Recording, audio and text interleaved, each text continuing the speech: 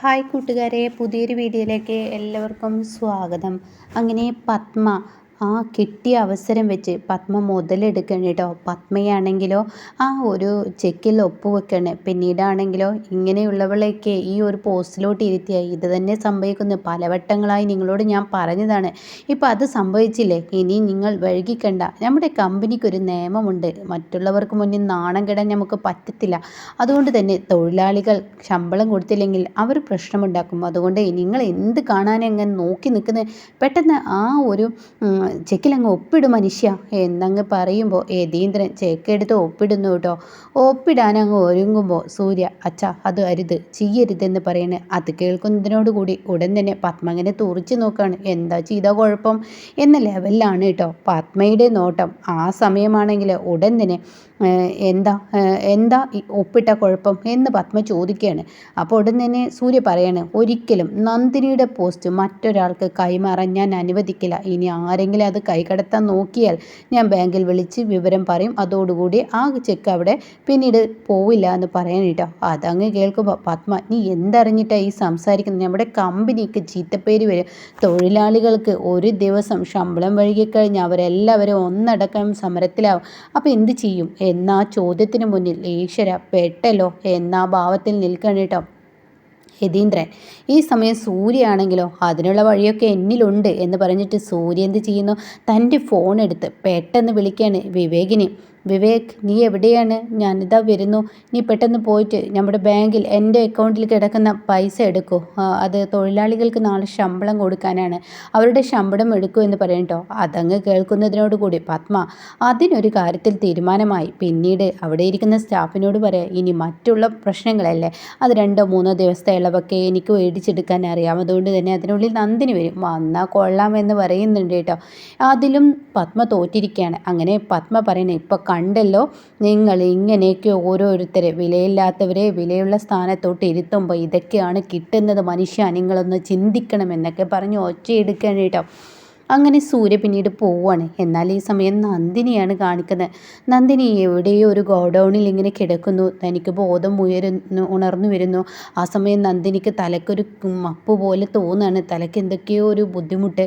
അങ്ങനെ നന്ദിനി എങ്ങനെയൊക്കെയോ തല പൊക്കി, എന്തിനാണ് നിങ്ങൾ എന്നെ ഇവിടെ കൊടുന്ന് കെട്ടിയിട്ടിരിക്കുന്നത്? നിങ്ങളൊക്കെ ആരാ? എന്താണ് നിങ്ങൾക്ക് വേണ്ടത് എന്നൊക്കെ പറഞ്ഞ് നന്ദിനി ഇങ്ങനെ കരയാണ് കേട്ടോ. പിന്നീട് കാണിക്കുന്നത് നന്ദിനി പച്ചക്കറി വാങ്ങി തിരികെ വീട്ടിലോട്ട് വരുന്ന രംഗാണ്. അതായത് നന്ദിനി എങ്ങനെയാണ് ആ ഗോഡൗണിൽ എത്തിയത് എന്നുള്ള ആ ഒരു രംഗ കാണിക്കുന്നത്. അപ്പോൾ നന്ദിനിയുടെ മുന്നിലോട്ട് ഒരു വയസ്സായ ഒരു അമ്മൂമ്മ ഇങ്ങനെ വരുന്നുണ്ട്. ആ സ്ത്രീയെ കാണുമ്പോൾ നന്ദിനിയെ കാണുമ്പോൾ പെട്ടെന്ന് അവിടെ ഒരു തറയിൽ ചെന്നിരിക്കുക. അയ്യോ എനിക്ക് തീരെ വയ്യ, തല ചുറ്റുന്നു. അപ്പോഴേക്കും നന്ദിനി പരസഹായിയാണല്ലോ, ഓടി വരികയാണ്. എന്താ നിങ്ങൾക്ക് പറ്റിയത്? എനിക്കറിയില്ല മോളെ, എനിക്ക് എന്നും അമ്പലത്തിൽ വരണം, ഒരു ദിവസം പോലും അമ്പലത്തിൽ വരാതിരിക്കാൻ വയ്യ, എനിക്ക് തല ചുറ്റാണ്. അത് കേൾക്കുന്ന നന്ദിനി പറയണേ, എന്തിനാണ് നിങ്ങൾ ഈ സമയം ഈ വയസ്സായിട്ടും തനിയെ അമ്പലത്തിലോട്ട് വന്നത് എന്ന് ചോദിക്കുകയാണ് കേട്ടോ. അതേ മോളെ, എനിക്ക് അമ്പലത്തിൽ വരാതിരിക്കാൻ കഴിയില്ല, എനിക്ക് എന്നും വരണം. കാരണം ഈ പറയുന്ന എനിക്ക് അമ്പലത്തിൽ വന്നില്ലെങ്കിൽ ഒരു സ്വസ്ഥതയും സമാധാനവും ഒന്നും കിട്ടത്തില്ല. അതുകൊണ്ടാണ് ഞാൻ വന്നിരിക്കുന്നത്. എൻ്റെ ആ ഒരു ആഗ്രഹം എന്ന് വെച്ചാൽ എനിക്ക് ഈ ഒരു അമ്പലനടയിൽ കിടന്ന് മരിക്കണം എന്നൊക്കെയാണ് എൻ്റെ ആഗ്രഹം. ആ ആഗ്രഹം ദൈവം എനിക്ക് സഫലമാക്കി തന്നാൽ ഞാൻ രക്ഷപ്പെട്ടു എന്നൊക്കെ പറയണം കേട്ടോ. അപ്പം നന്ദിനി പറയണേ, എന്തായാലും മുത്തശ്ശി കുറച്ച് നേരമൊക്കെ ഇവിടെ ഇരുന്നോ. അല്ല മോളെ എവിടെയുള്ളതാ? മോളെ ഇവിടെ എങ്ങും കണ്ടിട്ടില്ലല്ലോ, ഞാൻ കുറച്ച് ദൂരെയാണ്. എന്നാലും എൻ്റെ മോളെ, നിനക്ക് നല്ലൊരു ഐശ്വര്യമുണ്ട് നിൻ്റെ മുഖത്ത്. നിന്നെ കണ്ടാൽ തന്നെ നീ നല്ലൊരു തറവാട്ടിലെ മരുമകളോ അതുപോലെ മകളോ ഒക്കെ ആണെന്ന് തോന്നുന്നു. അത് കേൾക്കുന്ന നന്ദിനി പറയാണ്, നിങ്ങൾ സംശയിച്ചത് ശരിയാണ്, ഞാനൊരു വീട്ടിലെ വേലക്കാരിയാണ്, അല്ലാതെ ഞാൻ എവിടുത്തെയും മരുമകളും അല്ല, ആരുമല്ല. ഞാനിവിടെ വേലയ്ക്ക് വന്നിരിക്കുകയാണ്. എന്തായാലും ഞാനൊന്ന് പോട്ടെ എന്ന് പറഞ്ഞ് പോകുമ്പോൾ, മോളെ നീ പോകുന്നതിന് മുന്നേ ഈ പ്രസാദം ഉണ്ടല്ലോ, അതൊന്ന് കഴിച്ചേക്ക് എന്ന് പറയാനിട്ടോ. അപ്പോൾ അത് കേട്ട ഉടൻ തന്നെ ശരിയെന്ന് പറഞ്ഞിട്ട് ആ പ്രസാദം നന്ദിനി കഴിക്കുക ഒരുങ്ങണം. അപ്പോൾ അതിന് മുന്നേ ചോദിക്കുന്നുണ്ട്, എനിക്ക് പ്രസാദം തരുമ്പോൾ എനിക്ക് ചോദിക്കാനുള്ളത്, ഈ പ്രസാദം അമ്മൂമ്മക്ക് വേണ്ടേ എന്നൊക്കെ അങ്ങനെ ചോദിക്കുകയാണ്. അപ്പോൾ ഉടൻ തന്നെ അതിനോട് പറയാണ്, മോള് കഴിച്ചോ, എൻ്റെ തടി രക്ഷിക്കാൻ വന്നൊരു മോളല്ലേ, അപ്പോൾ അതുകൊണ്ട് മോള് കഴിക്കുക എന്ന് പറയുന്നത് കേട്ടോ. അങ്ങനെ ഈ സമയം ഇത് കേട്ട ഉടൻ തന്നെ നന്ദിനി അത് പതിയെ ഇങ്ങനെ കഴിച്ചു തുടങ്ങുകയാണ്. അങ്ങനെ നന്ദിനി ഇത് കഴിക്കുമ്പോൾ നന്ദിനിക്ക് എന്തെന്നില്ലാത്ത തളർച്ച ഇങ്ങനെ തോന്നുന്നുണ്ട്. കുറച്ച് കഴിയുമ്പോഴേക്കും നന്ദിനി പറയാൻ, എൻ്റെ മുന്നിൽ കാണുന്നതെല്ലാം എന്തോ എനിക്കൊരു ബ്ലാങ്ക് പോലെ തോന്നുന്നു, എന്തോ ഒരു ബുദ്ധിമുട്ടും എനിക്ക് തോന്നുന്നുണ്ട് എന്ന് പറയാനിട്ടാ. അപ്പോൾ അത് കേൾക്കുന്നതിനോട് കൂടി ഏയ് മോളെ അത് തോന്നുകയാണെന്ന് പറയണം. അപ്പോഴേക്കും നന്ദിനി കണ്ണടഞ്ഞ് മയങ്ങി ഈ അമ്മൂമ്മയുടെ മടിയിലോട്ട് വിളിക്കലോ. ഇവരാണെങ്കിലോ പ്രായമാണെങ്കിലും തൻ്റെ കൈകൊണ്ട് വിസിലടിച്ച് ആ ഒരു സ്ത്രീയെ വിളിച്ചു വരുത്താണ്. അപ്പോഴേക്കും എന്തായി, അവൾ മയങ്ങി വീണോ? ഓ മയങ്ങി വീണ്, നീ അങ്ങ് പെട്ടെന്ന് വാ എന്ന് പറയണം. അപ്പോഴേക്കും അവൾ ഫോണെടുത്ത് വേറെ ആർക്കോ വിളിക്കുന്നു. അങ്ങനെ അവർ അവിടെ എത്തുകയാണ്, വണ്ടിയിൽ വരുന്നുണ്ട്, അവർ വണ്ടിയിലാക്കി കൊണ്ടുപോകണം. ആരാ എന്താണെന്നൊന്നും കാണിക്കുന്നില്ല. അങ്ങനെയാണ് നന്ദിനി ഗോഡൗണിൽ അകപ്പെട്ടത് എന്ന് നന്ദിനി ചിന്തിച്ചു പോവാണ്. പിന്നീട് നന്ദിനി വിളിച്ചും കൊണ്ടിരിക്കുകയാണ്, എന്നെ ഒന്ന് തുറന്നു വിടൂ ദയവ് ചെയ്ത്, ഞാൻ എന്താ നിങ്ങൾക്ക് ചെയ്തതെന്നൊക്കെ പറഞ്ഞ് നന്ദിനി വിളിച്ചു നോക്കും. പക്ഷെ ആരും വിളി കേൾക്കുന്നില്ല.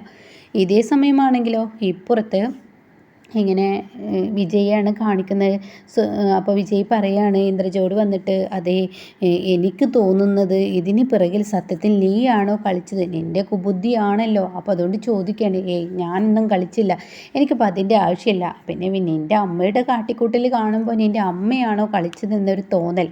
അപ്പോഴാണ് കേട്ടോ ഇന്ദ്രജ അങ്ങോട്ടേക്ക് കയറി വരുന്നത്. അപ്പോൾ ഇന്ദ്രജ ചോദിക്കുക, എന്താ നിങ്ങൾ പറഞ്ഞത്? അല്ല ഇവിടെ വിജയ് പറയുക അമ്മക്ക് ഇതിൽ പങ്കുണ്ടോയെന്ന്. അത് കേൾക്കുന്ന ഇന്ദ്രജ് പറയണേ, എനിക്കെന്തിനാ പങ്ക്, അവളെപ്പോലെയുള്ളവളൊക്കെ തട്ടാൻ എന്നൊക്കെ ഇങ്ങനെ പറഞ്ഞ് സംസാരം തുടരുകയാണ് കേട്ടോ. അപ്പം അതിനിടയ്ക്ക് സൂര്യ ഇങ്ങനെ കാണിക്കുന്നുണ്ട്. സൂര്യ പല സ്ഥലങ്ങളിലായി നന്ദിനിയെ ഇങ്ങനെ അന്വേഷിക്കുന്നുണ്ട്. എവിടെയെങ്ങും അന്വേഷിച്ചൊന്നും നന്ദിനിയെ കാണുന്നില്ല. ആ ഒരു രംഗവും കാണിക്കുന്നുണ്ട് കേട്ടോ.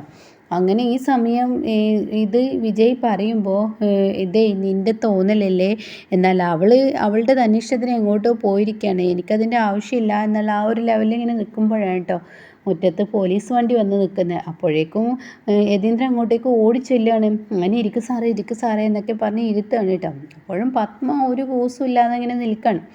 അപ്പോൾ ഉടൻ തന്നെ പോലീസുകാരൻ ചോദിക്കുകയാണ്, എന്തായാലും ഇവിടുത്തെ മരുമകൾ പോയിട്ട് എത്ര നേരമായി എന്നിങ്ങനെ പത്മയോട് ചോദിക്കുമ്പോൾ, ഇവിടുത്തെ മരുമകൾ, അവൾ ഇവിടുത്തെ വേലക്കാരിയാണെന്ന് പറയുന്നത് കേട്ടോ.